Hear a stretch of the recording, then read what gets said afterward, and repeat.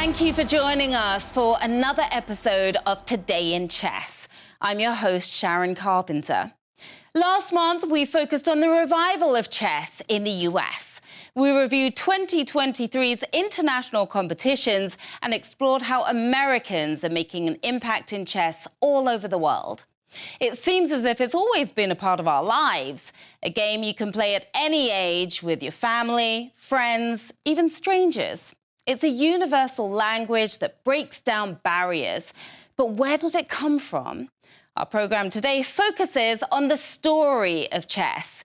And the best place to start this journey is a museum that's dedicated to the history, art, and culture of the game. Well, the World Chess Hall of Fame, which was housed in Florida at that time, after being previously housed in DC and New York, was having trouble getting funding from its supporters. And they had raised the issue, could somebody else take it? So Al Lawrence called me and said, would St. Louis consider taking it? And could they consider supporting it? And I said, in a heartbeat. The World Chess Hall of Fame features an interactive installation on the third floor where you can learn all about these important figures in the chess community. Members are chosen based on their contributions to the sport, which includes not only successful players, but also authors, journalists, organizers, and others who have made an impact on the game of chess. Only 4 people have been inducted into both the US and World Chess Hall of Fame, including legendary world champion Bobby Fischer, William Steinitz, Paul Morphy, and Susan Polgar, the only woman inducted into both. The World Chess Hall of Fame houses many more chess icons and continues to be a place where their stories will continue to be told for years to come.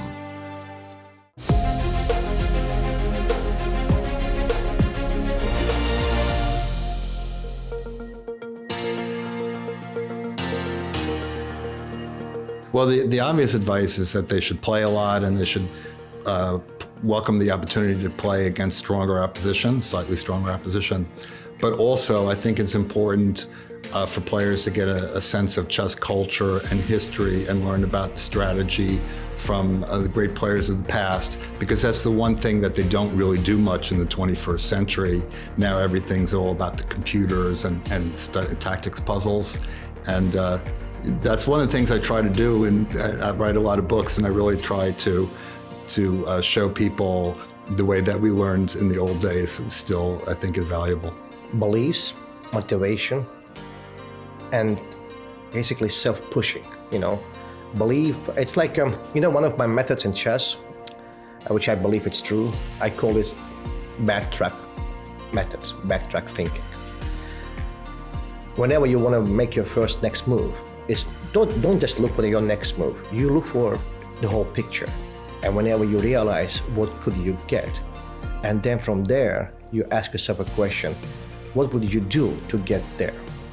So beliefs, for sure. And then obviously, it's important for kids particularly to have a right advisors next to them.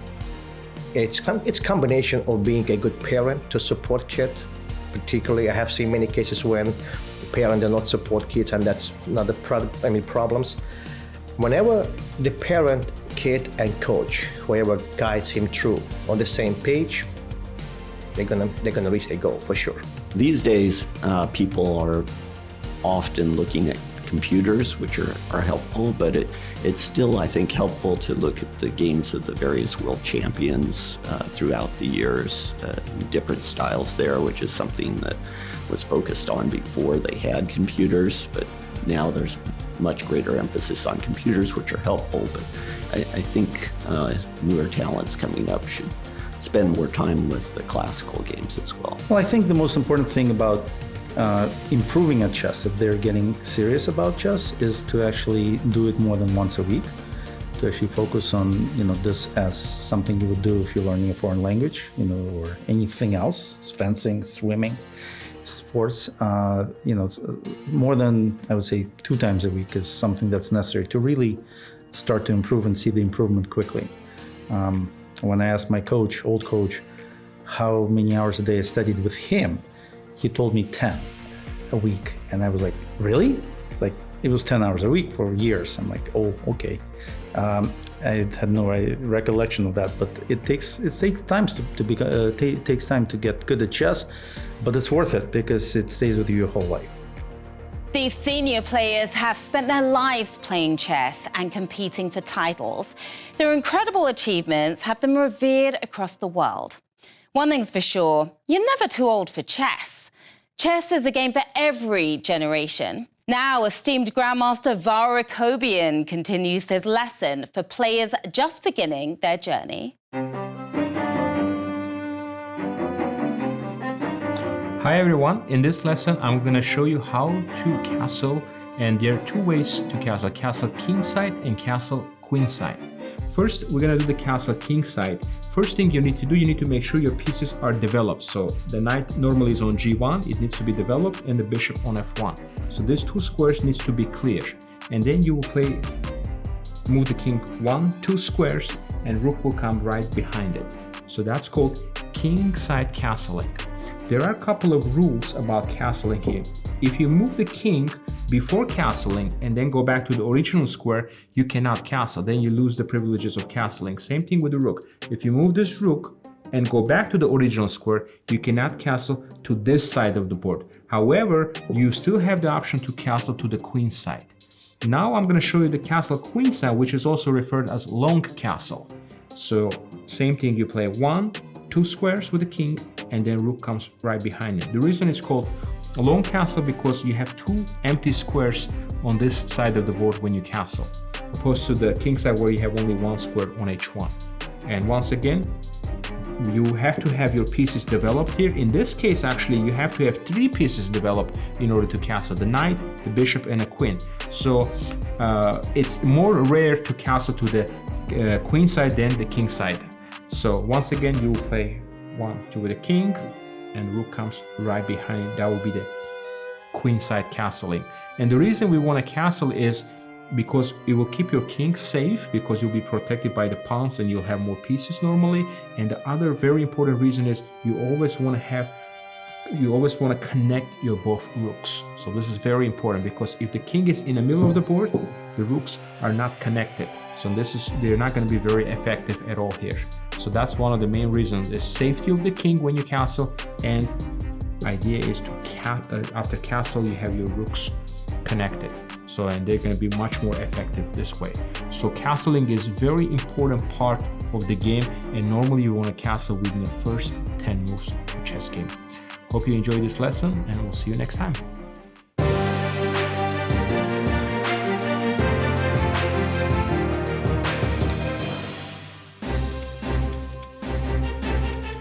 Hi, I'm Women's Grandmaster Begim Tokarjonova with this Today in Chess News Break. Magnus Carlsen, the #1 rated chess player in the world, has officially pulled out of the 2024 Candidates Tournament. This has created an opportunity for Grandmaster Nijat Abbasov to join the candidates field. Alireza Firuza has claimed the 8th and final spot on the tournament roster, barely edging out American Wesley So. Also, the American Cup roster is set, and it's an amazing field of players, including world #2, Fabiana Caruana. The American Cup action begins March 12th in St. Louis, Missouri. Join us every month on Today in Chess for more updates and news. The 2024 Candidates Tournament is almost here, and the stacked field is ready to put it all on the line to be able to compete for the World Championship title. Jan Nepomniachtchi, the runner-up from the 2022 World Championship, is back for the 3rd time in a row, winning the tournament in his previous 2 appearances. Magnus Carlsen officially withdrew from the event in January of 2024, making way for Grandmaster Nijat Abbasov from Azerbaijan, who is the lowest-rated player heading into the event.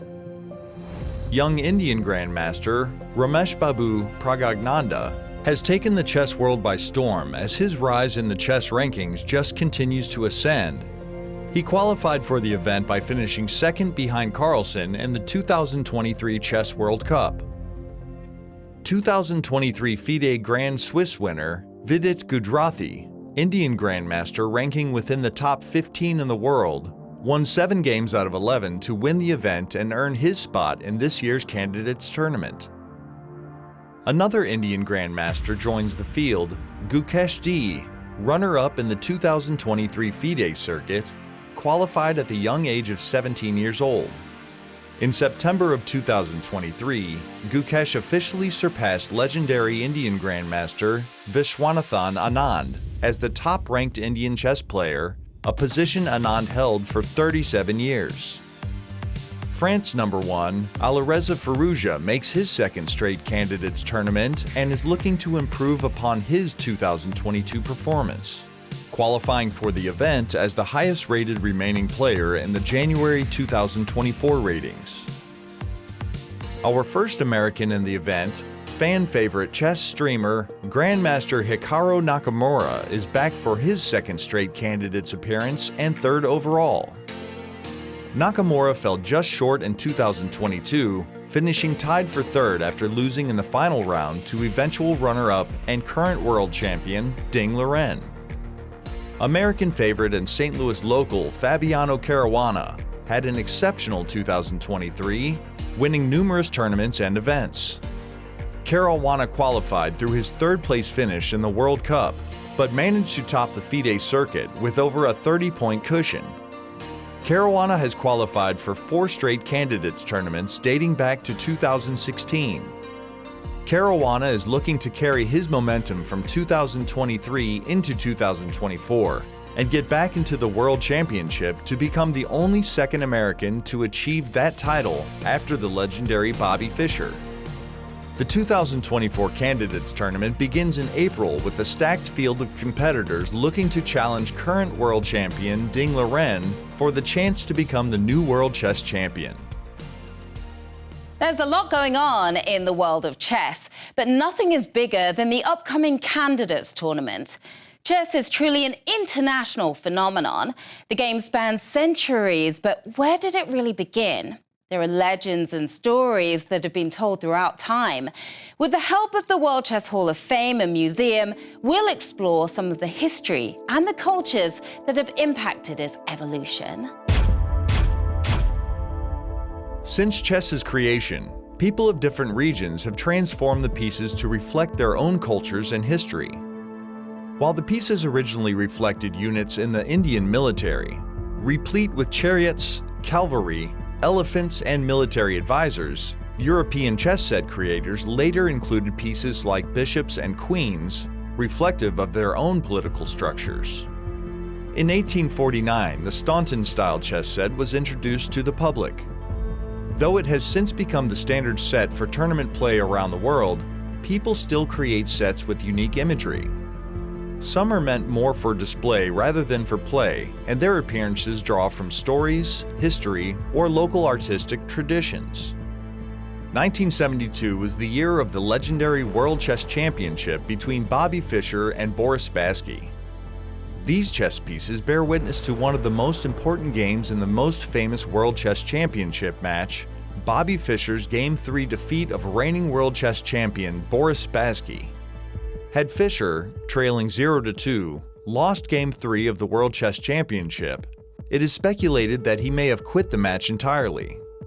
Prior to this game, Fischer had not beaten Spassky, and his lifetime score, excluding the second game forfeit, was 4 losses and 2 draws in 6 games.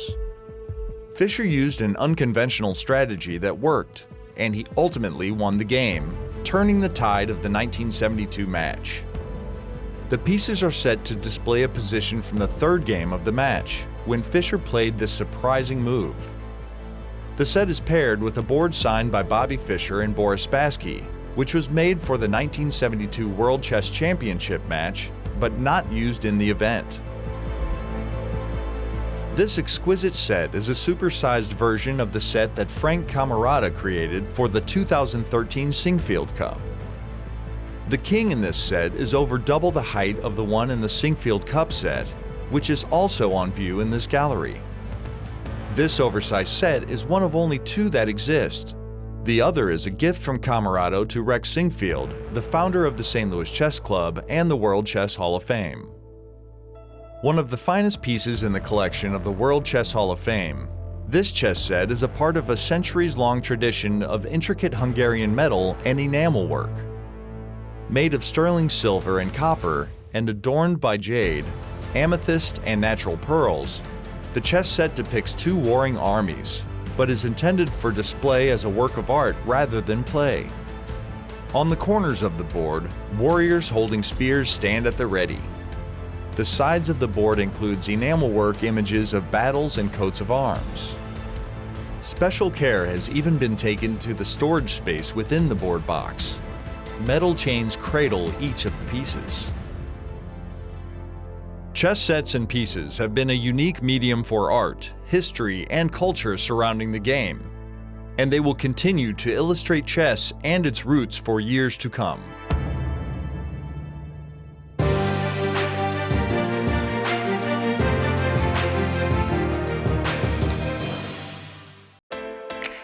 In 2021, a brand new tournament with an exciting format was added to the calendar here in the United States and is quickly becoming a fan-favorite event. The American Cup is 2 tournaments, each an 8-player double elimination knockout event comprising the top men's and women's players around the country, but is also open to international players as well. Players start in the champions bracket, where they compete in a 2-game classical match and possibly playoffs if the match ends tied. The winner advances in the champions bracket, while their competitor is relegated to the elimination bracket, where they will play other defeated players in a 2-game rapid match. From there, it's win or go home, giving players the opportunity to come back and win the whole thing even with an early loss. 2024 marks the 3rd straight year of the American Cup, bringing with it an adjusted format and a bigger prize fund. This year, players in the champions bracket will compete in a 4-game match, playing 2 classical games and 2 rapid games to decide who continues in the champions bracket and who is dropped to the elimination bracket, which is now a 4-game rapid match. The 2024 installment of the American Cup also comes with a significant increase in prize fund, going from $300,000 to $400,000.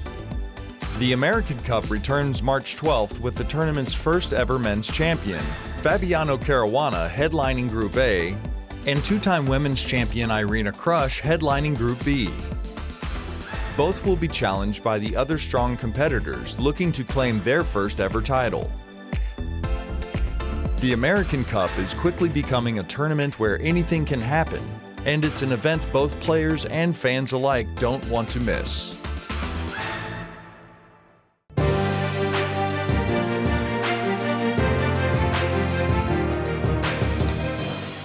Last month, we showcased the resurgence of American chess. Not since the days of Bobby Fischer and his historic world championship in 1972 over Boris Spassky has chess been in the American psyche like it is today. The US and US Women's Chess Championships are at the center of the American chess renaissance. Grandmaster Yasser Seirawan will explain it all in today's history lesson. Dating all the way back to 1845, the U.S. Championship is the oldest chess event in the United States. Originally a match between 2 players, it has been held in many formats in its nearly 180-year-old existence. Most recently as a 12-player round robin in 2023. The first ever U.S. champion was crowned when Charles Stanley defeated Eugene Rousseau in their 1845 match held at the New Orleans Chess Club. The players competed for a stake of $1,000, the equivalent of $40,000 today. Since the Stanley-Rousseau match, the U.S. Championship has been held using a variety of formats these past 179 years. Besides match play, they include the knockout system, round robins, double round robins, Swiss systems, and various combinations of them all. Match play was the most popular format until 1936, when the reigning champion, Frank Marshall, stepped aside and a round robin tournament determined the new champion, Samuel Reshevsky. This format was used exclusively until 1999, when the new century welcomed in an era of different types of competition, which has continued to this day. Featuring some of the most famous names in chess, the US Championships have seen players like Bobby Fischer, who won every US Championship he competed in, earning 8 titles. This includes a legendary performance in the 1963-64 Championship edition, where he scored a perfect 11 from 11. An accomplishment so difficult that the St. Louis Chess Club offers a $64,000 bonus prize for any player who can match that accomplishment. Sadly, none has ever come close. Other notable champions include Sammy Reshevsky, who matched Fischer's 8 tournament wins, Walter Sean Brown with 6 tournament wins, Gata Kamsky, Hikaru Nakamura with 5 tournament wins, and the current champion, Fabiano Caruana, with 3 titles. The U.S. Chess Championship has been held in St. Louis, Missouri since 2009, as well as streamed on YouTube for fans throughout the world to follow. It has become one of the strongest tournaments in the world, with 9 of the 12 competitors in 2023 were ranked in the top 100 players of the world. From the first championship between 2 players for a prize fund of $1,000, the U.S. Chess Championship has grown into a marquee chess event with a dozen world-class players competing for a $250,000 prize fund. For the players competing and the candidates in March, preparation is in full swing. Facing off against strong competition requires weeks of prep. Players must plan opening moves and finishing strategies. Each month, Today in Chess features a lesson from the experts. It's time for Chess School and your chance to learn from the masters. Now we're going to learn some very typical middle game checkmating patterns. The following pattern, an entire book, was written by Robert James Fischer called Bobby Fischer Teaches Chess. It's the back rank checkmating pattern. I couldn't believe it when I read the book. I thought this guy's a one-trick pony. All he knows is the back rank checkmate. At its most basic, take a look at the position in front of us. White's king is protected as a pawn shield of 3 pawns, and so does Black's king. The Black king has a pawn on f7, g7, h7, all protecting the Black king. But the salient feature in the position is White has an extra pawn, which is attacked by the Black rook. So Black is expecting White to defend the pawn with rook a1. White doesn't make that move. White makes a move that Black thinks is an indifferent move. He plays rook to e1. What's that? It allows Black to execute his threat. Rook takes a2. And Black is so happy, he thinks to himself, 3 versus 3, what's the problem? I'll make a draw. Until, to his horror, he discovers that rook e8 has given the king checkmate. The protective pawn shield suffocates the Black king, and there's no escape from the check. This is, at its most basic, the back rank checkmate, and there are many, many flavors of back rank checkmates, as we'll show. Chess brings together people from all over the globe, fostering friendly competition, sharing of ideas, and true camaraderie. As the candidates tournament comes into focus, so do American competitors Fabiano Caruana, who we showcased last month, and the incomparable Hikaru Nakamura. When it comes to chess, There's fast, and then there's Hikaru Nakamura. The 5-time U.S. champion, the youngest since Bobby Fischer, exploded onto the scene as a child prodigy. Nakamura went on some incredible runs throughout his career, rising all the way to the number 2 rated classical player on the planet at one point, reaching a peak rating of 2816, putting him in the top 10 highest rated players of all time. The future is looking bright for Nakamura, who has an enormously successful streaming channel with millions of viewers tuning in from around the world. He also remains one of the world's top chess talents, recently qualifying for his 3rd candidates tournament. Whenever he does battle over the board, whether online or in person, there isn't an elite player alive who doesn't respect and fear the veteran's mastery of the game. The rich history of chess around the world continues to be written every single day. A visit to the US and World Chess Hall of Fame in St. Louis, Missouri can help you better understand how chess has impacted the world.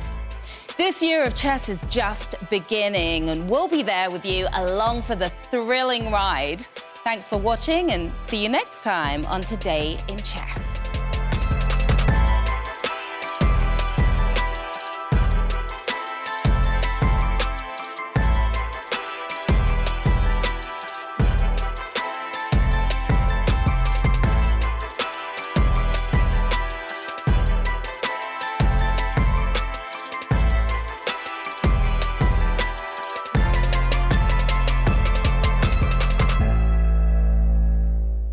This has been a presentation of the St. Louis Chess Club. Any reproduction or distribution of this content without the express written consent of the St. Louis Chess Club is prohibited.